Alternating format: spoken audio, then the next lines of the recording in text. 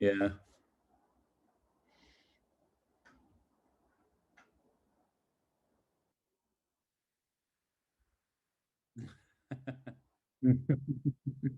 Not Yeah. at all.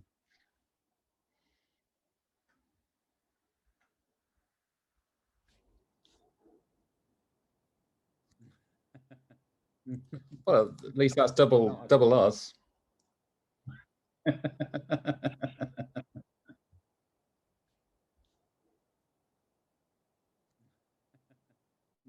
Well, at least that's double us. It's a real pleasure.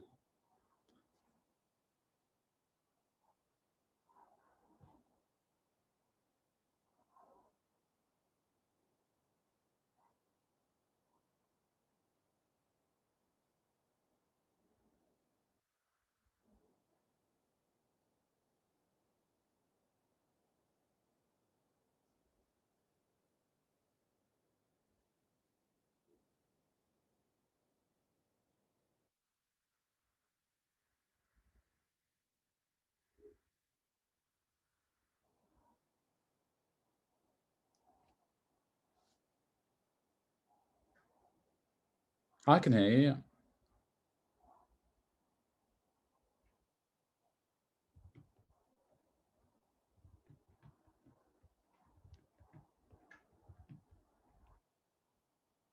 Yeah, I'm speaking now. 1, 2, 3, 4. 1, 2, Testing 3, 4. 1, 2, 3. Okay, I think that's good now.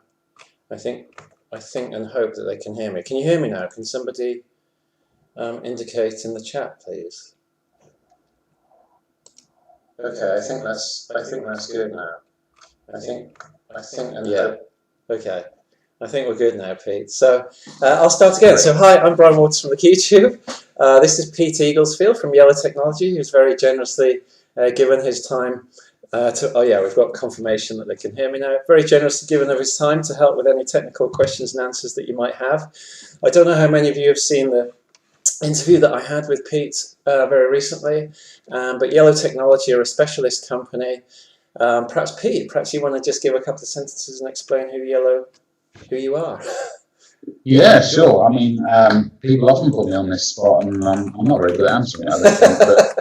But we're a professional audio consultancy.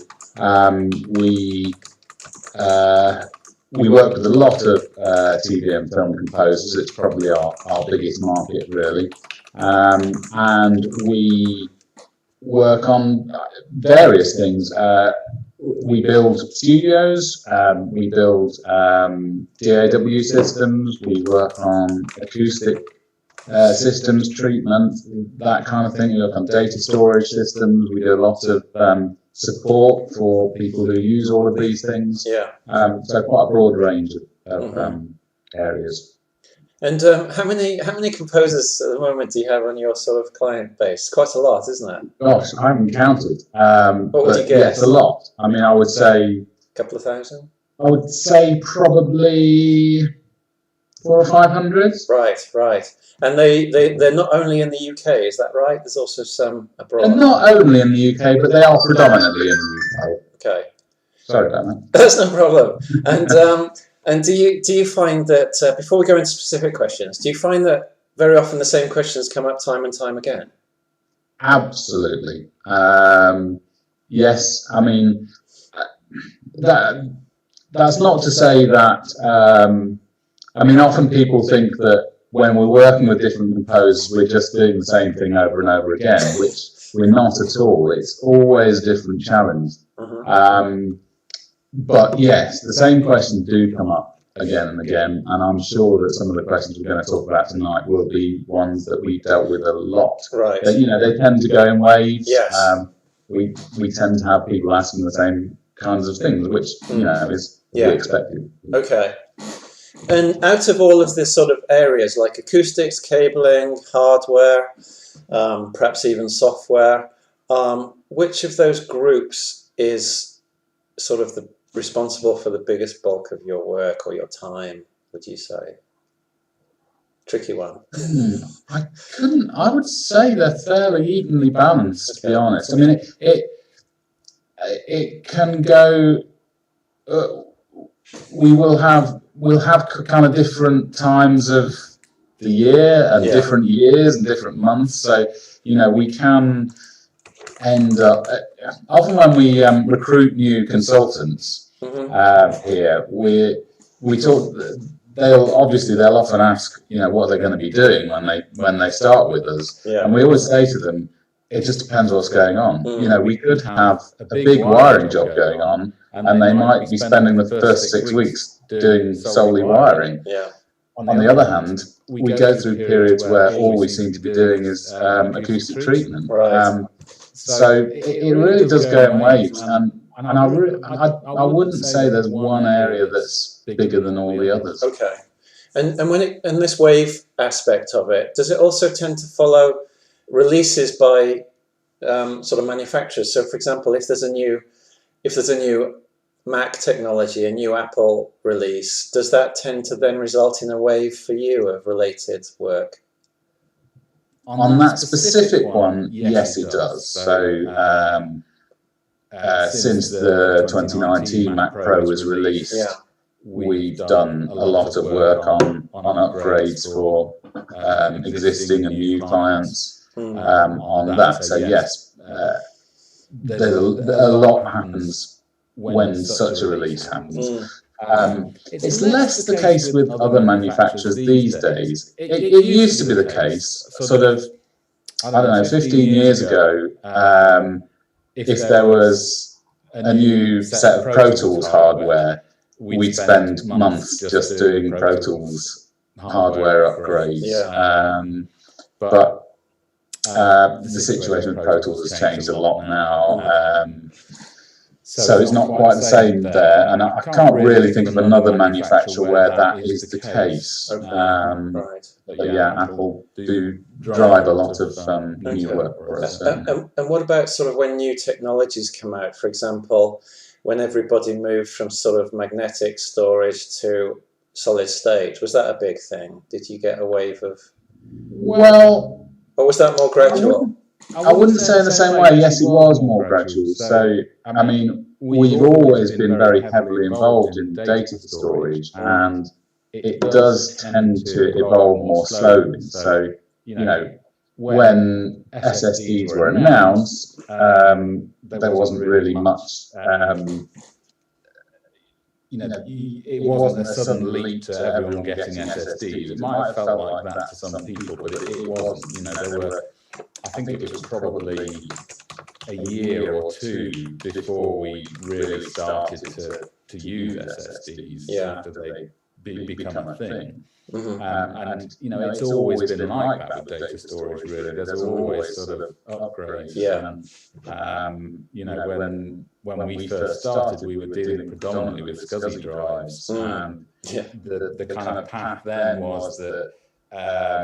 It was just a race for getting enough storage. So I think when we first started, we were looking at 4 gigabyte SCSI drives, and then 9 gigabyte drives came out, and then 18 gigabyte drives came out. So it was always a question of people just wanting more and more storage.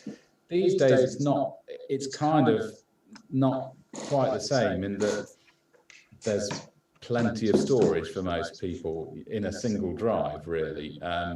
So it's not quite the same, but obviously the technology does change, and people want to take advantage of it. Yeah, I'm getting complaints about echo, so I'm going to put my headphones on just a second.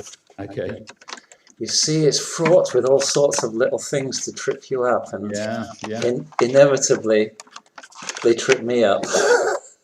I'm just glad I'm not responsible for it, because it would look really bad if I couldn't get to work. Oh, yeah, good.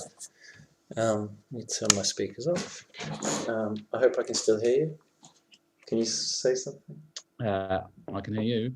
Okay, great. I have to wait for everyone to confirm it's now okay. But let's carry on regardless. So we have a question on the chat, which is great. So maybe we'll prioritise that over the question questions that we prepared. Sure. Because it's nice to encourage people to contribute questions on the chat. So, Definitely. right, I'll just read it and hopefully it'll make sense. So this is from Bambi. And the question is, if I have an angled room where the vertical walls transition to the horizontal ceiling via a diagonal section, which is more important to treat, the vertical walls or the diagonal ones? I think I can visualize what he means. Is that fairly clear to you? Kind of. Are you saying it's like in an apex?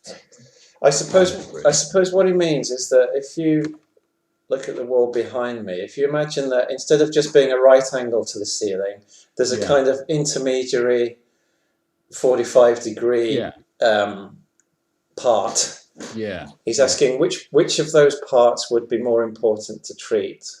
If it's, of course, the answer is it depends. You really have to think about the travel of sound. So if, for instance, you had a loudspeaker directly below that diagonal sloping roof, then that could be a big problem because you're going to get an early reflection from that to your ears. So in that situation, that's a big problem. It depends really how far away it is from you. So, if it's a big space, then often that kind of thing can be quite useful because, it's not a parallel surface. So you're getting a better kind of dispersion of sound in the room. So really, in that case, I would say what you need to look out for is the proximity of those surfaces to your speakers or to your ears or your instruments, whatever you're working on. Okay, I've asked him for a picture, but he says he or she doesn't have one at the moment. But maybe for the next one, we can do a part 2, next month. Absolutely. But if you do have acoustic questions, I suppose this is a good point to make in general, that I suppose it is helpful perhaps to have a picture or drawing of the space, if we're going to discuss some specific rooms.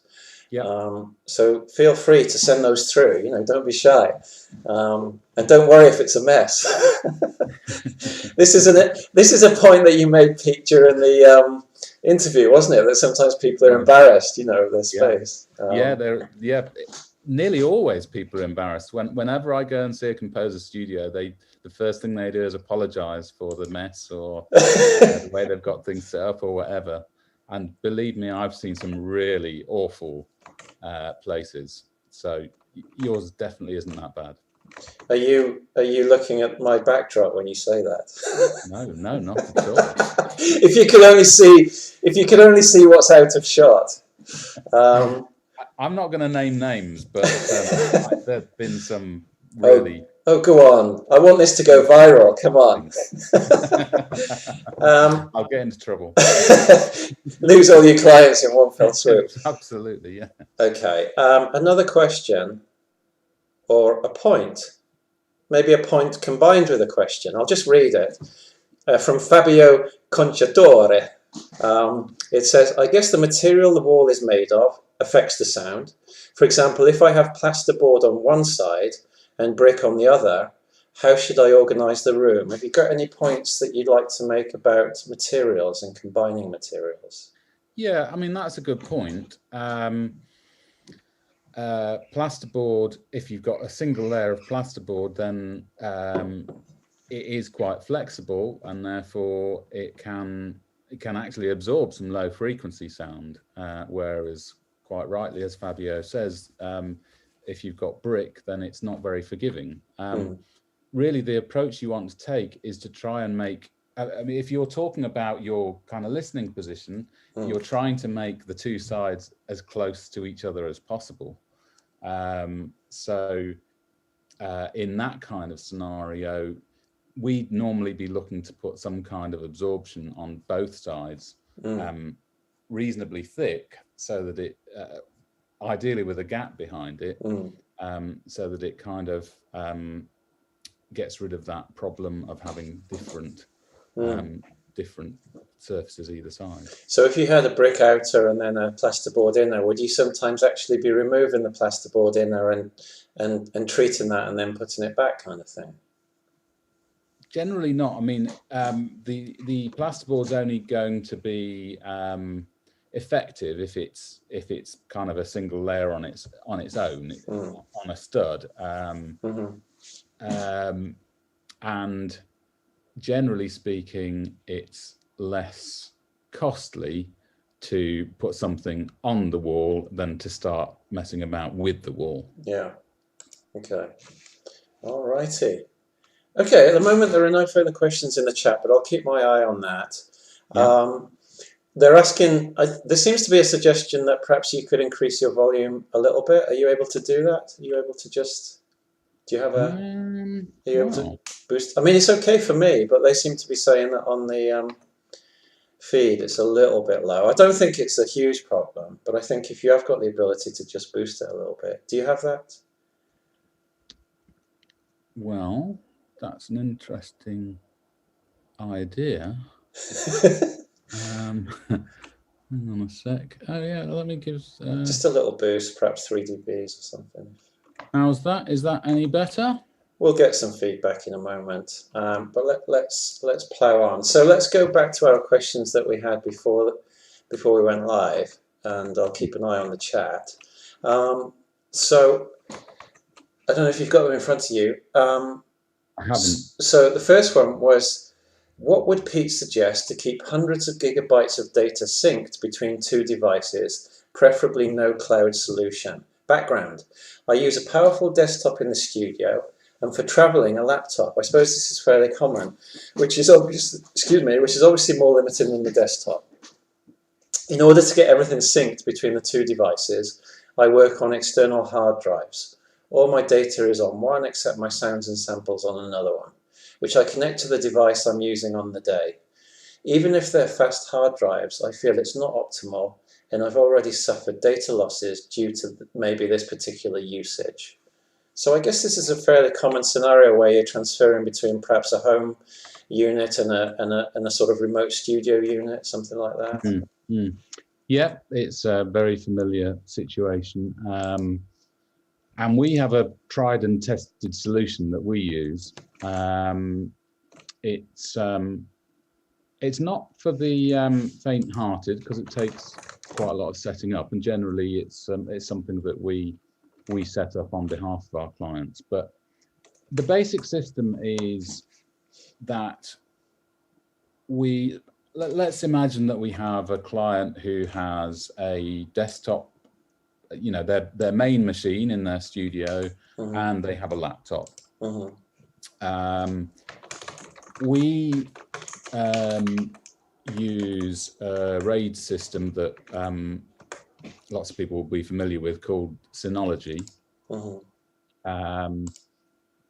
Now they provide a network attached storage system, which is basically a big chunk of data storage. And you know, it can be very big, so you can put multiple drives in it. It can be tens of terabytes. And so that's a big block of storage that they can house in their studio. We then use a piece of synchronization software called SyncThing, which basically allows us to synchronize certain folders between different devices. So it works a little bit like Dropbox or Google Drive, that sort of thing. Yeah. But it doesn't go through the cloud. Okay. And that is an advantage. What it does is it's a bit cleverer than the way synchronization software generally works, in that it doesn't rely on a single point. So with our composer that we're talking about, he may have, say, I should say she, shouldn't I? Or something be politically correct? They, I suppose. They. Yeah, I seem to remember this was from a man, but I mean we can talk obviously about hypothetical composer. Yeah. Yes, we'll talk about hypothetical they. They have this big block of storage in their studio. They have their computer and whatever storage is attached to that, and they have their laptop. Now, on each of those, they could have a folder called current projects. And we say that that's going to be synchronized in all those three places. Now, what SyncThing does is, rather than having a kind of master copy, all those devices are just nodes on the same system. So if you're out and about with your laptop, if the Synology is offline for some reason, but the computer and its storage are online, then it will look at that and say, well, there's something there that I haven't got that's newer, so I'll take that.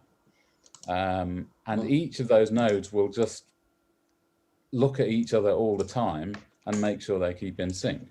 So for many of the composers that we work with, we'll set up a system like that, where they perhaps have an archive that's stored only on the NAS. And by the way, we would also often have a second NAS in a different location that's also synchronized to that, so that they've got off-site storage as well. And so they'd have an archive on both of those units. They'd have their current projects on each of those machines, and then they might have other folders that they want to keep in sync as well. The next big question that people often ask is, can I do it with my sample libraries? You can, but it doesn't work as seamlessly as you would like it to work, because obviously just putting the data into place doesn't install it on your DAW. So you still have to go through that process. Unfortunately, we haven't found a way of getting around that one. Right. So there's no elegant tool or solution to that, really. It's just a bit of a... Unfortunately not. Watch this space, maybe one day. Yeah. Okay, there's an opportunity there for any software developers. All righty, good, thank you. I hope that's answered the question. I'm not sure that the creator of the question is actually in the chat. Probably they have a view to come and watch the video afterwards. And of course, this video will be available to watch at your leisure. Okay, question number 2 then. All right. Hello, I would like to find a way to write music when I'm outdoors, for example, on vacation. What equipment would you recommend? Oh yeah, this is another sort of hot topic really, is a nice portable setup, basically. I don't know whether you've got involved with that much, because I know that you're predominantly working in studios, but do you also get involved with composers who want to have a little micro setup for taking on the road with them? And help? Absolutely, yeah. Okay. So that's basically the thrust of the question. Yeah, and I mean, it sort of ties in with that previous question, in that, the data is kind of one of the biggest things involved in that. I mean, at basic level, you don't need very much. If you're just writing, you need a computer and maybe some sample libraries, and maybe some external data storage. But often, if you've got a big enough drive in your computer, you can use that as your data storage while you're out and about. You're probably not going to use a huge amount writing. Audio interface maybe, but again, if this is about writing while you're flying to New York or whatever, then you probably don't need that. You can use your built-in audio interface. Right. So you don't really need much beyond the computer and the software. So okay. I'd just like to when someone said that, I'd just like to show off one of my newest toys. It's slightly facetious, this, but I got this recently, which is it's called a Remarkable 2. Okay. I don't use it for music, but as you can see, well, as I hope you can see, Yeah. it has a manuscript setting on it. So it's a bit like a Kindle that you can draw on. Wow. So, you can Very you nice. can do your notation on there quite easily. Very nice. So if you actually want to write, then it's quite a neat tool. So that's a remarkable too. Remarkable too, yes. And then you can kind of share what you've created onto another device, presumably, yeah, or into the cloud. You can. There's a desktop app that you can use, and it'll put everything up there, and you can go from there. Are there any particular, keyboards, laptops, maybe even headphones that you find really are robust and really are high quality for sort of, as it were, heavy duty usage for someone who's traveling a lot and wanting to use it on planes, trains, on the beach, whatever? Are there some real standout products that you've come across? There probably are. I mean, you mentioned headphones. The trouble is with headphones is that it's a personal choice as to, whether you like the sound of them, whether you like the feel of them, etc. But there are, one of the things that I would look for in headphones is, beyond the kind of what they sound like and how comfortable they are to wear, is how thick the cable is on them. That's one of the key things, because that's what goes wrong. And you can get some very nice headphones, but they have a very weak cable on them. Yeah, this is a good example, actually. Yeah, absolutely. Yeah. And those are Sennheisers, aren't they? Yeah, that's right. Yeah, very good headphones, but but that's what will fail you. The cable leaves a bit to be desired. Yeah, and you can get these days. Sennheisers do some very good. I think they're the HD 280s, which have a coiled cable on them, which is very thick. It kind of stops you from snagging it very easily. They last forever. And then there are other various of the manufacturers now do removable cables as well. That's ideal, isn't it? Yeah, absolutely. Because you might want a different length as well as a sort of different sort of robustness, as it were. Yeah. All right. Well, we're racing through this half hour. So just for everyone who's watching, we wanted to test the waters with the first one and see how much interest there was, how many questions came in, and so on. So we've agreed to do half an hour for this first one and take it from there. Now the next one is going to be on, I think we agreed, was it the 7th? Can you remember, Pete? Was it the 7th? Let me just check. I think it was. I'll just have a quick look. So the first Tuesday, wasn't it, in September? So the 7th. September. Yeah, so that's the 7th of September at 6:30 p.m. British Summer Time. Will be our second session. So you have a month to, fire in your questions and prepare for that. If anything comes up, in the meantime, send them over.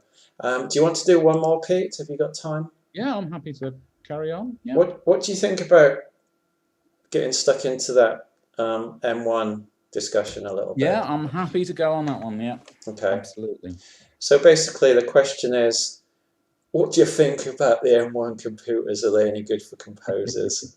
Basically, that's it, yeah? Or do you want to rephrase the question that you're going to answer a little bit? No, I think that's fine. A lot of people are asking about the M1 chips at the moment, and worrying about the future and whether it's sensible to be buying a computer that doesn't have Apple's chips in it, which is, it's a legitimate concern. I think I would widen the whole question out to the whole topic of buying a new computer, because what we tend to find is that people get a bit too hung up on getting the very latest, when the very latest is often not the best option. Mm. Particularly now, I mean, again, going back 10 or 15 years, there was so much pressure on processors and RAM that, you know, as soon as a new computer came out, you wanted to take advantage of all that extra power. It's not quite the same these days in that, you know, you can buy a computer that will easily last you 10 years. I mean, okay, maybe at the end of that 10 years, you're starting to feel that you need to get a new one, but it's not like, as I say, 10, 15 years ago, when you might have a computer for 3 years and then feel you really need to get this new one. They all have a lot of power in them. And one of the troubles about buying a new machine, a very new machine, is that you have to commit to a particular operating system normally. So particularly with Apple, the operating system, the minimum operating system for any computer is the one that was out when that computer came out. So you can't downgrade below that. So for instance, 2019 Mac Pro, you can't get it lower than Catalina. It just won't happen. Right. Whereas 2018 Mac Mini, you can downgrade below that. I can't remember what the I can't remember all my names now, but you can go to the version before that. Mm-hmm. So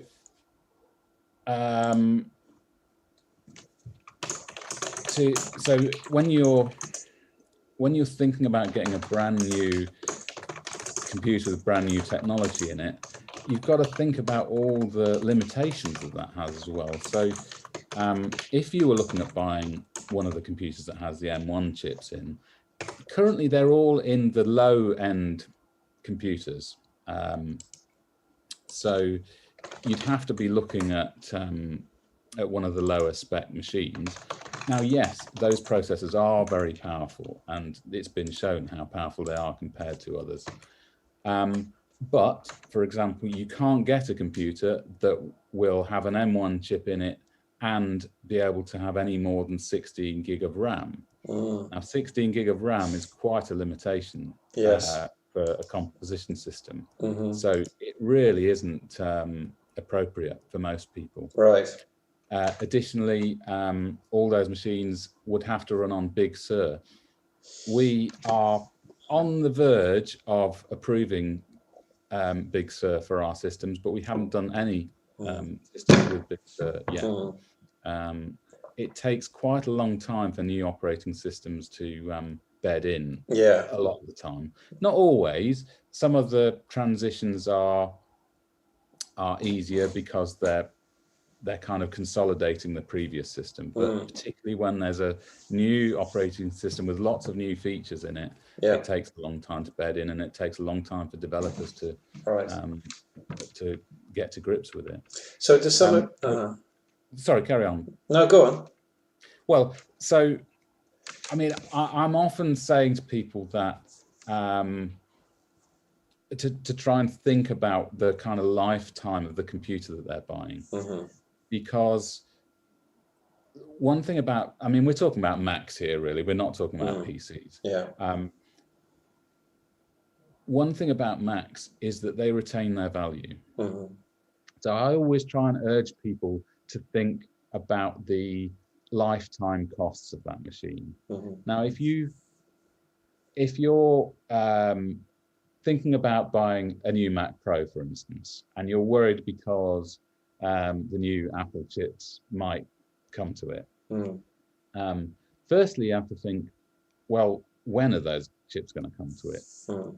It could be a very long time. There are no indications at the moment. And in fact, there are fairly reliable, credible rumors that there's going to be a new generation of Intel chips in the next Mac Pro. So you could be waiting for a very long time. And do you think the reason for that is because that will allow people to have more RAM? Is that why they're more likely to go with Intel, or is there another reason? It's a possible reason, but I think it's just really the development of the chips. We don't know where they are with them, but the fact that they still only introduce them in the very lowest of the range would suggest that they're quite a long way away. I'd be surprised if we get a Mac Pro with Apple chips in it in the next year. Okay. Maybe not even the next 2 years. Right. I don't know. Sure. But the point really is that you need to work now, and even if, say, I was proven completely wrong and Apple came out with a new machine in 6 months that had amazing new chips in, and you had to have that one, you could still sell that machine that you have, and you'd get probably 75-80% of your money back. So think about that 25% that it's cost you spread over that number of months to keep working. That's probably worth it. Yeah. I generally think that you're better off buying a machine that you know is going to work, and getting the power from that. Okay. Often we're talking to people who are dealing with a machine currently that maybe is 8 or 10 years old. You're going to get a huge boost in performance, whatever you do, really. Yeah. So it pays to stick with something that's tried and tested. But I mean, have you seen composers successfully using the M1 devices? Have you seen? No. No. Okay. We haven't done any. Okay. And none of them have done it off their own bat and then come to you with problems now? I don't know of any, to be honest. No. Okay. So do they tend to trust you, and do they do they often have a sort of service contract whereby, you sort of approve the OS and then you kind of roll it out to your clients? Is that how it tends to work quite often? It's not quite as strict as that sounds. We don't dictate what our clients do. But will they rely on you to decide to do upgrades and to sort of decide when something is going to work for them, as it were? Yes, usually. So again, I don't want to make it sound like we decide what everybody does, but we'll have a conversation, and yes, we would. Most of our clients, I think, would trust us that we're not going to drop them into something that's not going to work. And a lot of the clients that we work for, nearly all of them, they don't want to end up in a situation that's worse than they are at the moment. So when a new operating system is released or a new machine's released, we take time to test it out with all the different bits of software, etc., so that we can reliably tell people, this is going to work. Okay. So the M1s, we haven't really spent much time with them at the moment because, as I say, they're just not really a suitable machine for most of our clients at this stage. Okay. Good. Well, we've run over, so thank you. I owe you extra beer for the extra time. And well, that sounds good. It does. We should have beer next time. That's a really good idea, and I think we should insist that all of our viewers join us. Absolutely. I know that Martin Heidenreich, who is lurking in the chat, will definitely join us with a beer or a glass of wine with pleasure. Excellent. And I'm sure he's not alone. So yeah, that's a really good idea. It could be like a theme, Yeah, absolutely. All right, good. Yeah. Well, we've had another question come in, so I've told them, that we'll fold that into the next discussion because we kind of run over. So I'll make sure that I don't lose that question. And hopefully we'll get some more. I've announced the date of the next one on the chat as well as with my mouth, and I will of course announce it on all of the social media channels and so on. So thank you, Pete. Your pleasure. Go and enjoy that beautiful sunshine that I can see through your window. Yes, Yes. Go and sit outside with a nice beer, I suggest. Definitely. And we'll speak in a month. Great stuff. Thanks, Pete. Good to see Thanks, you. Brian. Take care. See you soon. Bye-bye. Cheerio.